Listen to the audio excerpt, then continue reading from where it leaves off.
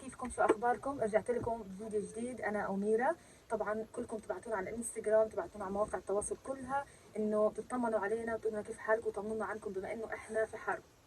فاحنا زمان ما نزلنا فيديوهات وزمان ما تواصلنا معاكم، بس صدقونا بنمر بظروف صعبه كتير كتير فوق ما تتخيلوا، فوق طاقه اي انسان يتحملها.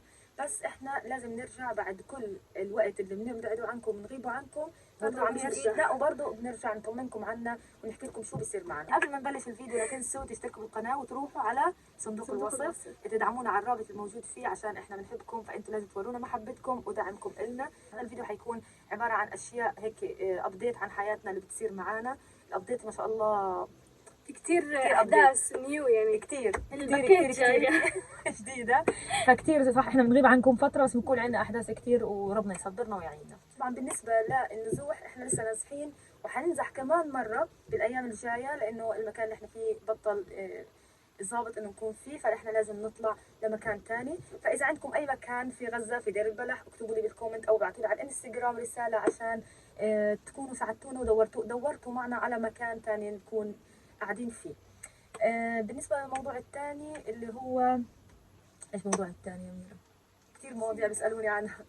بالنسبه لغيابنا هو بسبب واحد، اللي هو انه بابا دخل المستشفى من اسبوع تقريبا او 10 ايام، فحالته المرضيه كثير صعبه، وهو يعني مرض الكانسر عنده. طبعا هذا بسبب الحرب، يعني هذا المرض اجاله بسبب الحرب، واحنا الصدمه انصدمنا لما سمعنا هذا الاشي. يعني ما مش عارفه اتكلم صراحه عنه، لانه ما توقعتش في يوم من الايام قد ما بسمع الموضوع هذا انه بيصير مع ناس، انه يصير مع بابا. هو سيد ميرا طبعا، انه يصير مع بابا هذا الاشي. يعني مش انه يعني بابا مش انه يعني انسان عادي، اكيد ممكن يصير فيه وممكن لا، زيه زي غيره من البشر. بس انا يعني كنت تسمع قصص الناس، قصص العالم، تحكي الله يعينهم وتحزني عليهم لما ابوهم يصيبوا مرض زي هيك. فانت صارت فيكي هلا الشغله، والاصعب انه احنا في حرب، واصلا يعني وضع الحرب اصلا، واحنا اصلا انسان مريض زي هيك وتعبان وعنده مرض زي هذا، فاحنا مش عارفين وين نحطه اصلا، ولا احنا اصلا نازحين في حاصل تقريبا قريب من جو خيمه يعني.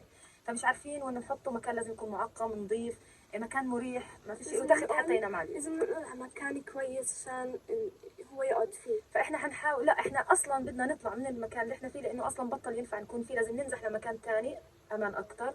فاحنا المكان الثاني احنا مش عارفين وينه لحتى الان، انتم حتساعدونا نلاقيه. فاحنا ممكن نكون حنروح على مكان اصعب، يعني ممكن يكون خيمه، لانه يعني احنا معنا ايام ندور على مكان. اذا ما لقيناش هذا المكان فحيكون خيمه، يعني حيكون افظع من اللي احنا عايشين فيه. والله يعين الناس اللي في خيم طبعا. الموضوع الثالث اللي بتسالوا عنه هو موضوع الفيديو كليب اللي عن الحرب. قلت لكم اني حنزل لكم اياه، وعدكم من شهر ومصور من شهرين كمان، فانا ما نزلته لانه صارت الظروف هذه معانا. كل شيء بيجي ورا بعض، كل شيء بيجي ورا بعض. يعني مثلا احنا بدنا نطلع من المكان مع مرض بابا، عارفين المرض هذا بينتشر بسرعه كبيره، فاحتمال كثير انه ينتشر بعضو ثاني من الجسم. فاحنا يعني مش متاملين خير، ولكن املنا بوجه ربنا. يعني هذا المرض طبعا انتم عارفين انه بينتشر، حتى لو استأصلنا الجزء المصاب فهو بالاخر حينشر، ولكن احنا املنا بوجه ربنا. فانتم عارفين الامراض الخبيثه هذه ايش بصير فيها، فمش حوضح لكم اكثر من هيك. نتفائل بالخير ونستنى رحمه ربنا تنزل علينا. فحاليا احنا بندور على مكان ثاني يكون مأوى إلنا. بس حاليا الموضوع الفيديو كليب عشان ما نشتتكوش كثير، موضوع الفيديو كليب طبعا مرض بابا ونزوحنا والحرب اللي احنا عايشين فيها. طبعا هي حرب نفسيه اكثر ما انها حرب جسديه صارت او قصف او كذا. تعبنا نفسيا اكثر من الحرب والله. يعني خلص صارت تافهه، يعني خلص الاشي صار خلص يعني تقل دمه. يعني بكفي عن جد. كل العالم زينا، كل العالم زي شعورنا، بدنا نرجع، او حتى بدناش تنتهي الحرب. احنا صرنا وصلنا لمرحله بس رجعونا لبيوتنا اللي اصلا مش موجوده، اللي مقصوفه. فبس رجعونا على منطقتنا، يعني صرنا بدنا نقول بدنا نقعد على الركام تبع البيت تبعنا، ولا نكون بالبهدله اللي احنا تبهدلناها هذه. فوق ما نوصف لكم الموضوع صعب كثير. بنرجع لموضوع الكليب، لانه انا عارفه انكم بتستنوا رد على هذا الموضوع. طبعا هو مصور ومنتج وجاهز من قبل، وحتى والله نازل على اليوتيوب ومعمول خاص. بس ضايل اني اعمم لكم اياه من زمان هذا الاشي، وانا وعدتكم، بعرف اني وعدتكم وما نزلته، بس انتم اكيد حتعذروني لانه عندي ظروف كثير كثير صعبه. بكفي مرض بابا اللي هد حيلنا صراحه غير الحرب. فان شاء الله هاليومين بوعدكم موعد تنزيل الفيديو كليب حيكون هاليومين، حنزل لكم اياه ان شاء الله يعجبكم. وبس بدي منكم انه قد ما انه تعبنا فيه وتساعدونا انه تنشروا هذا الكليب عشان كل العالم يشوف هو نموذج عن اللي احنا بنعيشه شوي، يعني هو يمكن دقيقة دقيقة ونص بس حتشوفوا نموذج عن اللي بنعيشه احنا وكل اللي في غزة. تمام، هو يعني رسالة صغيرة للعالم. فانتوا حاولوا انكم تنشروا الفيديو كليب ان شاء الله على الانستغرام، على التيك توك، تعملوا عليه فيديوهات. اي حد بيعمل عليه فيديو، على الفيديو كليب اي حد بيعمل فويس عليه على التيك توك او اشي، حاخده انشره عندي على الانستغرام. فبس، وبنحبكم ونستنى محبتكم ودعمكم على الفيديو كليب، وان شاء الله يا رب يعجبكم. وكمان نستنى دعمكم ومحبتكم على الرابط في صندوق الوصف. روحوا على GoFundMe اللي خاص فينا طبعا. ولو بدنا نحط على GoFundMe كل المصايب اللي بتصيبنا، كان زمان احنا الحمد لله ما خلصناش حكي، بس كتير مصايبنا فاحنا اختصرنا بس. لو تروحوا تفتحوا على الرابط حتشوفوا الاختصار اللي فيه، وحتشوفوا المصايب اللي عندنا ولا إشي بالنسبه اللي كاتبينه على الرابط. بس بنحكي الحمد لله احنا زينا زي كثير ناس في غزه، احنا مش مستثنيين، يعني نعيش حياه افضل من الناس لانه احنا منهم. فكل الناس عايشين زي هيك، فاحنا لازم نحكي الحمد لله، والله يعين الناس اللي اصعب من حالتنا كمان. ان شاء الله يتعدي على خير يا رب. فيش دوام الحال من المحال، فاحنا حنصبر. فيش قدنا في شعب غزه وفي شعب فلسطيني قده بيصبر، ويمكن نعلم الناس الصبر من كتر ما احنا صابرين. يعني كثير صبرنا كثير. انا ما كنتش اتحمل اني اصبر في حياتي، بس انا تعلمت من الحرب اني اصبر كثير واقعد ريلاكس. صبرنا بزياده بس احنا ان شاء الله بعد الصبر هذا كله نشوف اشي حلو، واكيد ربنا بيسهل لنا الاشي الاحسن. ف لو قعد احكي بفيديو من هان لبعد يومين ثلاثه برضه صدقوني مش حوفي اللي بيصير معنا واللي عايشينه. كفي الشوب، كفي هذا الوحيد اللي بكفي. احنا مش ببيوتنا، ما عندناش كهرباء حتى نولع يعني او نضوي هوايه، نشغل هوايه من ايام الكونديشن. بدناش كونديشنات هلا، احنا بس بدنا نسكر حالنا ببيت ونستقر لانه تعبنا كثير. كلمة تعبنا كثير وراها كثير كلام، احنا مش عارفين نوصل لكم قديش احنا تعبانين. فان شاء الله خير يا أميرة. شو حابة تحكي انت؟ هذا الشيء كل بدي احكي حكي صراحة، عبرت عنك.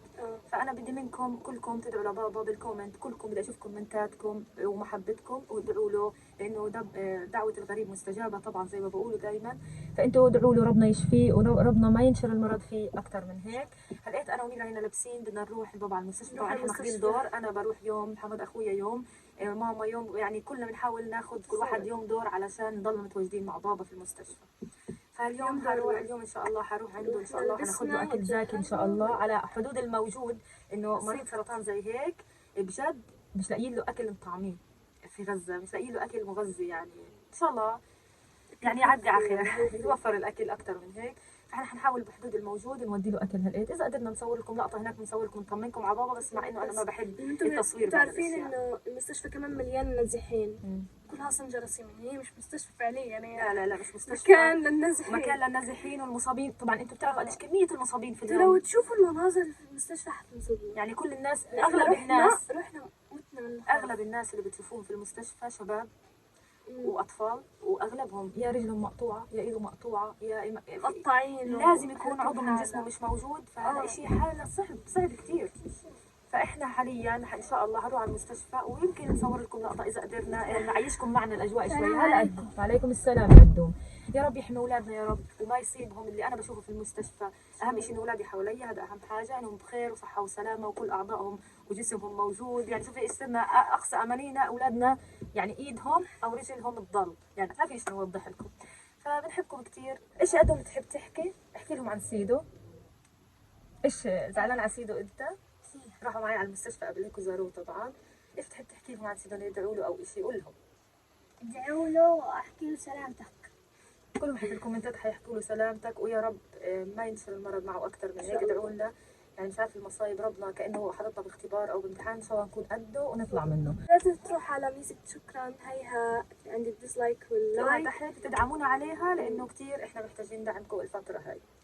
وبس ان شاء الله نشوفكم فيديوهات احلى من هيك. بعرف انه كل فيديو بحكي هالجمله، بس عن جد نفسي تيجي اخر لحظه فيها هذه الجمله تنسوش ويكون الوضع احسن من هيك. تنسوش الفيديو كليب حينزلكم، تعبنا فيه كثير. ارجوكم انه تدعمونا فيه. دعمكم هو بيكون من خلال نشر الفيديو كليب. كل حد يعمل له مشاركه على الانستغرام، على الفيديو كليب، على الواتساب عندكم لاصحابكم لاهلكم، وبالتالي الفيديو كليب حيجيب الفيوز. عارفين انه تعمل فيديو كليب بهذا الوضع وفي الحرب، هذا الوضع اللي كثير سيء، إشي كتير واو يعني. كيف عن جد. كيف طلعنا كيف بالنتيجة قدرنا؟ هاي. فيش استديوهات للتسجيل الصوت، فيش احنا حد يصور. حنفهمكم بعد ما تشوفوا بعد ما تشوفوا الفيديو كليب حنفهمكم كيف عملناه. حنفهمكم كل حاجة، حنقولكم وحنشوف الصعوبات اللي مرينا فيها وحنشوفوا الكواليس وكل إشي. صورنا كواليس كتير حلوة كمان. ان شاء الله حنوريكم كل حاجه. بس وصلوا هذا الفيديو لقديش بدك لايكات يقدوا مليون؟ بركي هيك ردوا عليك المتابعين.